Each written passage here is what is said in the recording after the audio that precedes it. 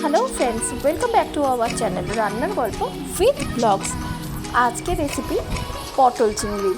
তো চলো শুরু করা যাক। আমি প্রথমে এখানে চিংড়ি নিয়ে নিয়েছি, পেঁয়াজ ঝিরিঝিরি করে কেটে নিয়েছি, পটলও কেটে রেখেছি, আলু কেটে রেখেছি, টমেটো কেটে রেখেছি, আদা রসুন বাটা, গরম মশলা বাটা, এগুলো।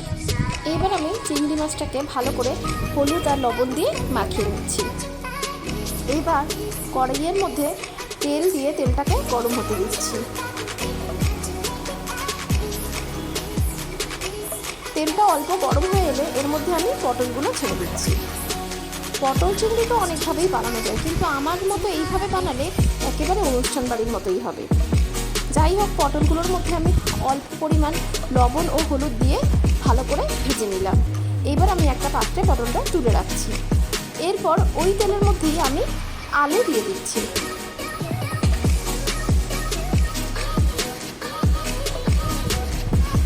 আলুগুলো পটলের মতোই লবণ ও হলুদ দিয়ে ভেজে নিচ্ছি।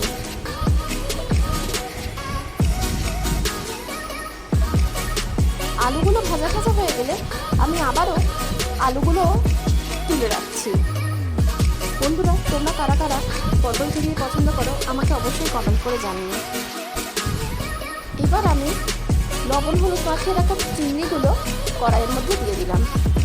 চিংড়িগুলোকে ভালো করে ভেজে আবার আমি একটি পাত্রের মধ্যে চিংড়ি মাছগুলো তুলে রাখছি। বন্ধুরা, চিংড়ির আরও রেসিপি পেতে আমার চ্যানেলে ভিজিট করো, ওখানে চিংড়ির আরও অনেক রকমের রেসিপি আছে। এরপর কড়াইতে তেল দিয়ে তার মধ্যে তেজপাতা, শুকনো লঙ্কা আর গোটা জিরে দিয়ে দিচ্ছি। এটা একটু নাড়ানাড়ি করে এর মধ্যে পেঁয়াজ কুচিগুলো দিয়ে দিচ্ছি।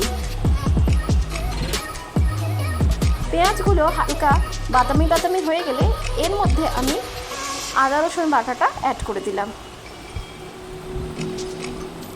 সব কিছু ভালোভাবে ভাজা হয়ে গেলে ওপর থেকে টমেটোও দিয়ে দিচ্ছি। টমেটোগুলো একটু গলে গলে গেলে এরপর আমি গুঁড়ো মশলাগুলো অ্যাড করে দিচ্ছি।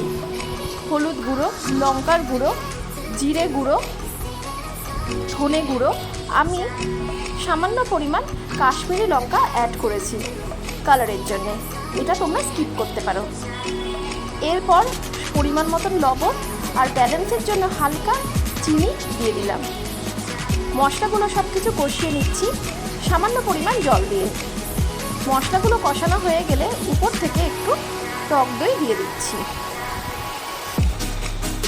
অনেকেই এই টক দইটা দাও না, কিন্তু টক দইটা দিলে এর স্বাদটা একদম অন্য হয়। মশলাগুলো সব কষানো হয়ে গেলে এরপর চিংড়ি, আলু, পটল সব দিয়ে দিলাম, দিয়ে ভালোভাবে কষিয়ে নিচ্ছি। এইভাবে বানালে একদম বিয়ের বাড়ি বা অনুষ্ঠান বাড়ির মতো খেতে লাগে। মশলা কষানো হয়ে গেছে, এবার আমি জল দিয়ে দিলাম। জলটা ফুটে এলে ওপর থেকে কাঁচা লঙ্কা দিয়ে দিচ্ছি। আমাদের তরকারি প্রায় রেডি। নামানোর আগে গরম মশলা বেটে রেখেছিলাম, সেটাও দিয়ে দিলাম। এরপর আবার ঘিও অ্যাড করে দিচ্ছি। আমাদের আজকের রেসিপি একেবারে কমপ্লিট।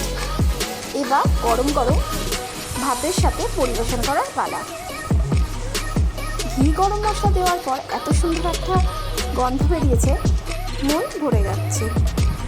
বন্ধুরা, তোমরা বাড়িতে এইভাবে পটল চিংড়ি অবশ্যই ট্রাই করো আর আমাকে কমেন্ট করে জানিও। আর হ্যাঁ, তোমরা আমার চ্যানেলটা সাবস্ক্রাইব করতে ভুলো না কিন্তু। Thank you.